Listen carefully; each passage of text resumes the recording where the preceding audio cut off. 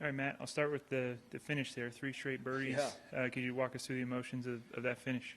Yeah, so I was kind of paying attention to the board a little bit. I knew kind of going into the round that you had to get to at least 3. The wind kind of died. The rain stopped. It was a nice day. So I wasn't shocked when I saw it move to 4, and I just couldn't get anything to go in. I gave myself a lot of looks. I think I maybe missed like 2 greens.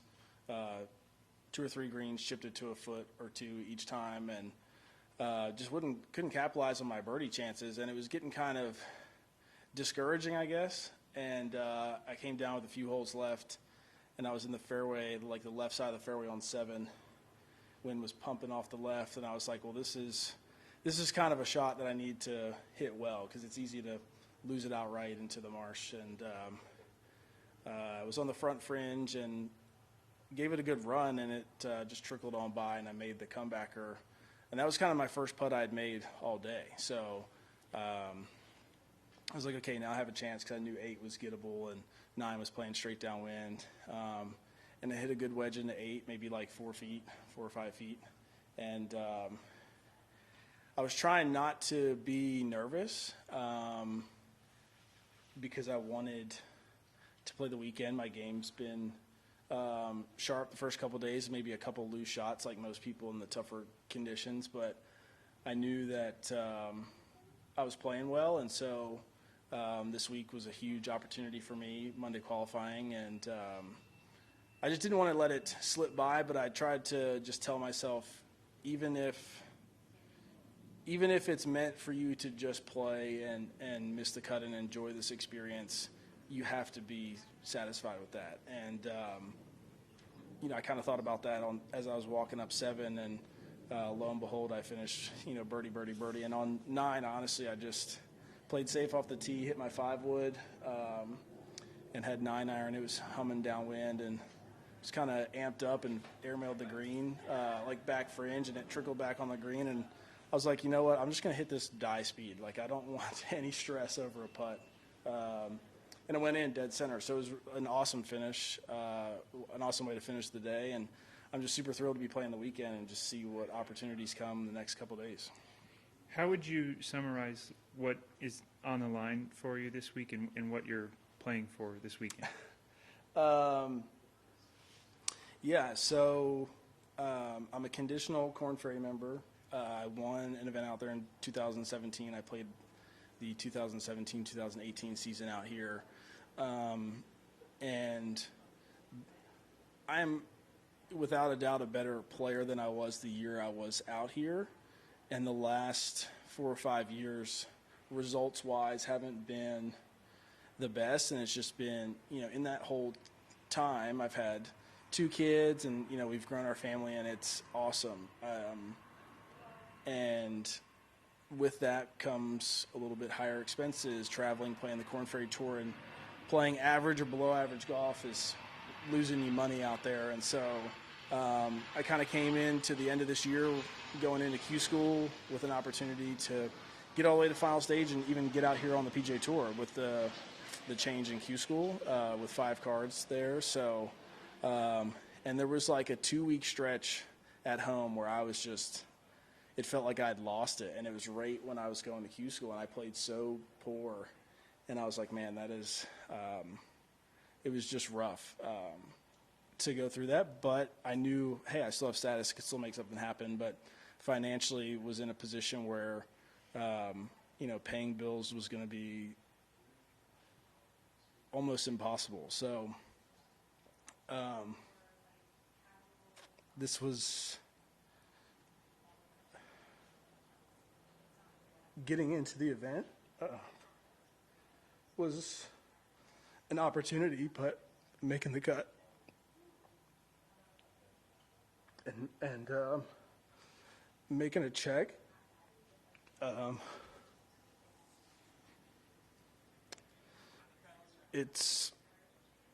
we can at least pay our bills the next couple months. And I took a big leap of faith, trusting in the Lord a couple weeks ago, and I told my wife, I couldn't have been more confident in the decision I made. We'd been praying for just clarity and just direction on what to do and discernment. And this week was an unknown after I qualified, but I think the Lord has shown, Matt, this is where you're supposed to be. Stop playing for yourself and for worldly things and just glorify me. And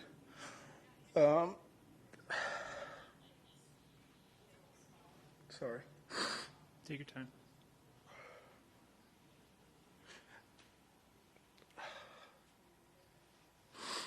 And with our life, where everything's at in a personal matter, it's the first time I would say that, not that I broke down, but that I was fully like, okay, God, I can talk the talk. It's time to walk it. And having that faith doesn't mean that I was going to play well this week, that I was going to qualify. It just means that I'm going to follow him wherever he wants me to go. And this qualifying into here, making the cut is him, I think, pointing me in that direction of this is where I want you. And so that's what I'm playing for this week. And my goal is to, if I were to, get back out full time on the Corn Ferry out here, to not slip back into the selfish nature that is within all of us, that because golf's very individual, it's very performance based, and you can't, there's nothing you can do performance wise that makes you good enough. So my hope is that moving forward I wouldn't fall back into that I would just work for the Lord and that he would be satisfied with what I'm doing, glorifying him, and not make it about me anymore. So, Matt, are you an emotional guy normally? I would say I have emotions, not to where I would be like this or to kind of flaunt my emotions, but I think my matter-of-fact way of speaking and my nature makes people think I'm not too emotional, but it's just been a really overwhelming time, and I think it's because, like I said, I was at a point where it's like you can't just talk about it, you have to live it, and I think it was just an overwhelming thing in a positive way. Like, none of the emotional moments on Monday or right now are sad or depressing or should be looked at as man, this guy's going through a lot. And it's like, yeah, that could be true. That could be one way that some people could look at it, but the overwhelming emotions have been of gratitude and seeing that the Lord is good and he will provide even when it seems like there's no way. So, wasn't sure if we were going to pay bills even come January. So, the Lord says, listen, I love you more than anything. I will provide. It's my promise.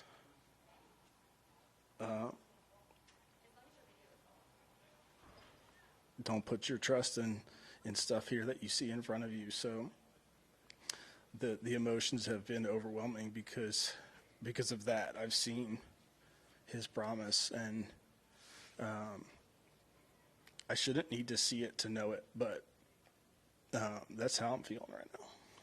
What's something from either this year or in the recent past that you wish you could have changed, you would have done differently? This year, or I think it's just so easy to get caught up in, like, this is a job for everybody out here. It's, like I said, it's performance-based, it's competitive, it's individual, and it's so easy to get caught up in kind of like the rat race of pro golf. And obviously you should always try to improve your game and all that sort of stuff, but I don't know, I think it's just the mentality the last 4 or 5 years of wanting to play well for money, for whatever it is. I'm not a super materialistic person, but it's almost like I was putting security in money. And it's like, oh, if we could just, play well and have enough sitting there to play the next few years going forward, that's where I'll be secure. And so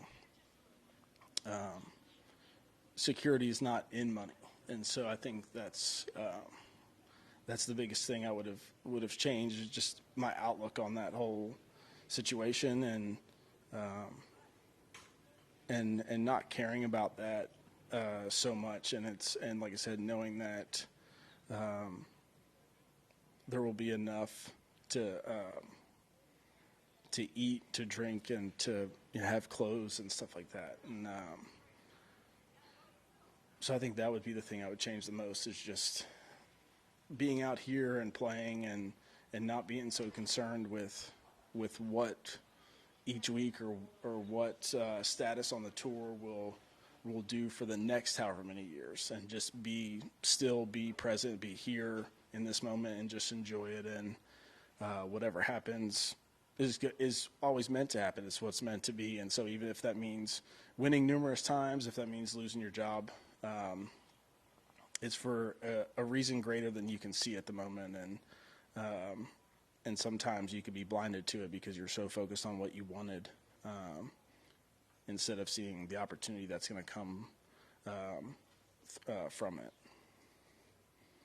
Good. Thanks. Thank you. Thank you, guys. Matt, appreciate it.